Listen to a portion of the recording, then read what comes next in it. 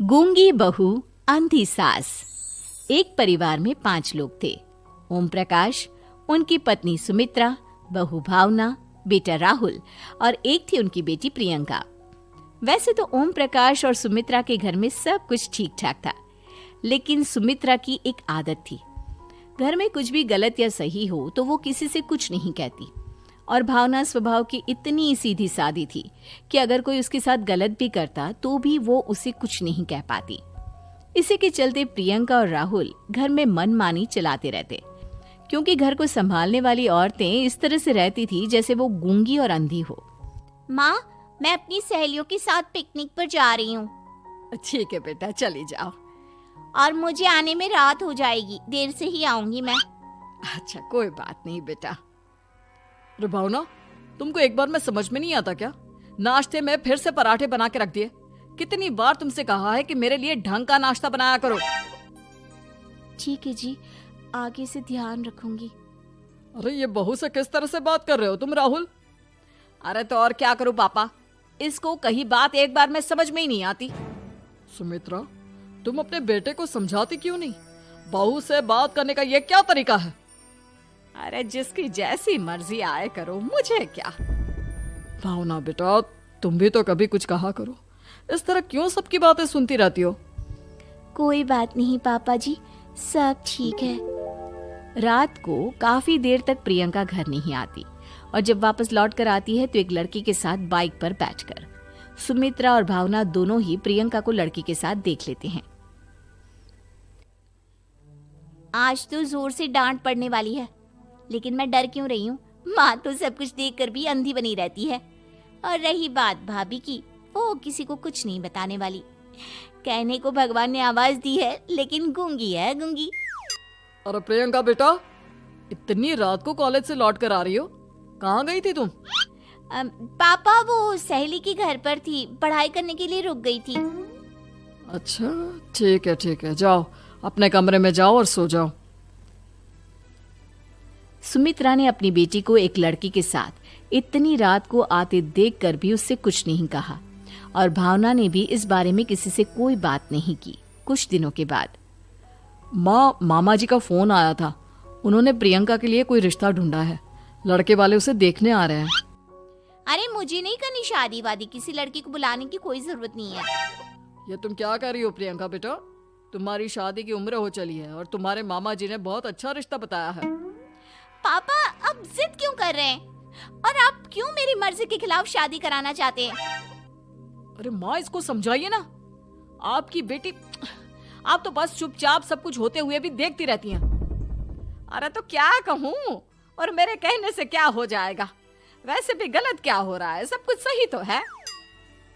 भावना बहू, देखो तो प्रियंका हमारी बात नहीं समझेगी, लेकिन वो तुम्हारी हम उम्र है। क्या पता तुम्हारे कहने से उसे कुछ समझ में आ जाए। नहीं पापा जी, मेरे कहने से कुछ नहीं होगा। मैं प्रियंका को कैसे समझा सकती हूँ? वो ननद है मेरी, कहीं मेरी किसी बात का बुरा मान गई तो? सुमित्रा और भावना में से कोई भी प्रियंका को कुछ नहीं समझाता। इस बात से राहुल और ओम प्रकाश जी दोनों ही परेशान हो जाते हैं। और फिर जब लड़का प्रियंका को देखने के लिए आता है, मुझे आपकी बेटी बहुत पसंद है, मैं उसके साथ शादी करने के लिए तैयार हूँ।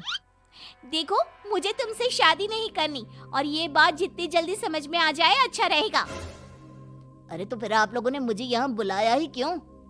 माफ कर दो बेटा, वो हमारी बेटी जरा गुस्से में है, हम उसे समझाने की कोशिश करते हैं। हाँ, देखिए आप नाराज मत होइए, वो तो उसने बस ऐसे ही कह दिया होगा। अरे कोई ऐसे ही कुछ कहता है क्या? और ये आपकी पत्नी और माँ, ये दोनों इस तरह चुपचाप क्यों बैठे हैं, जैसे इस घर के मेंबर ही ना हो? आपके घर में सब कुछ ठीक तो है ना? अरे सब कुछ ठीक है बेटा। सुमित्रा, समझाओ ना अपनी बेटी को। अरे क्या समझाऊं, क्या होगा समझाने से? सब ठीक ही तो हो रहा है, गलत क्या हो रहा है? भावना, प्रियंका को अंदर लेकर जाओ और उससे समझाओ कि कितना अच्छा रिश्ता है। इतना अच्छा लड़का है, इस तरह से बिहेव ना करे। नहीं जी, मैं किसी से कुछ नहीं कह सकती जी। अरे अजीब परिवार है, मुझे तो यहाँ से निकलना पड़ेगा। इस तरह से तो आपकी बेटी की शादी किसी से नहीं हो सकती। जिसके घर की औरतें गूंगी और अंधी बनकर बैठ जाए, उस घर का कुछ नहीं हो सकता। ओम प्रकाश और राहुल सुमित्रा और भावना की हरकतों की वजह से बहुत परेशान हो जाते हैं। एक दिन वो दोनों आपस में बात करते हैं। पापा, समझ में नहीं आता कि भावना और माँ को कैसे समझाया जाए। सही कहते हो बेटा, तुम और मैं काम के सिलसिले में सारा दिन घर के बाहर रहते हैं और घर की दोनों औरतें जिन्हें सारा घर संभालना चाहिए गूंगी और अंधी बनकर बैठी हैं। पापा आप ही बताइए इसका क्या उपाय है। मेरी तो कुछ समझ में नहीं आता बेटा, लेकिन हमें कुछ तो करना पड़ेगा क्योंकि इन सब की वजह से प्रियंका बहुत ज्यादा बिगड़ती जा रही है। तुमने देखा उसे किस तरह से बिहेव किया था। अरे लेकिन पापा हम करेंगे क्या? हमें एक नाटक करना होगा। कुछ दिनों के लिए हम भी गूंगे और बहरे बन जाते हैं, उसके बाद इन दोनों औरतों को अकल आएगी। हाँ पापा, शायद आपकी बात ठीक है। हम दोनों हर बार बात को संभाल लेते हैं और इसी वजह से माँ और भावना कुछ भी करने की कोशिश ही नहीं करते। और फिर अगले दिन, भावना, नाश्ते में क्या बनाया है? जी पराठे बनाए हैं।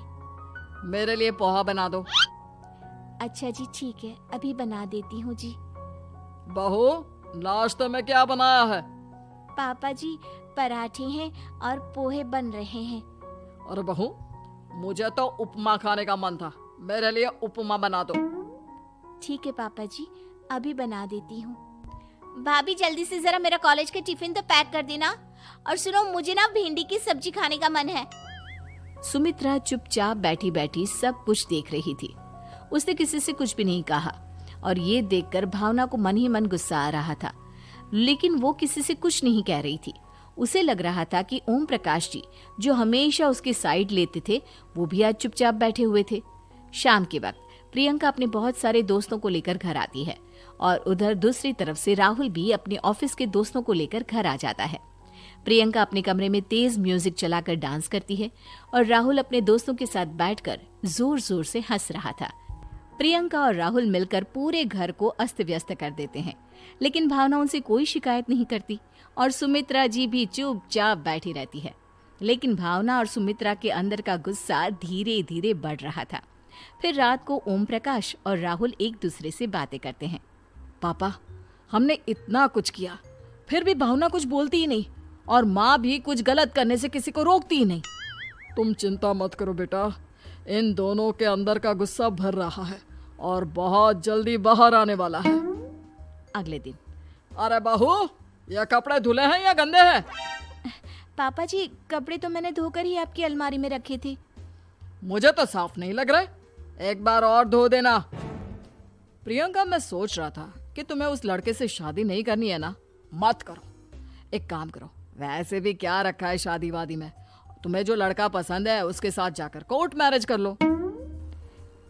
इस बार ओम प्रकाश और राहुल की बात सुनकर भावना और सुमित्रा के अंदर का गुस्सा जाग उठता है। मैं किसी से कुछ कहती नहीं जी, इसका मतलब ये है कि आप लोग मुझे परेशान करते ही रहेंगे। कल 4 बार मुझसे नाश्ता बनवाया, आज पापा जी मुझसे धुले हुए कपड़ों को बार बार धुलवा रहे हैं। अरे मैं इंसान हूँ जी, कोई मशीन नहीं हूँ।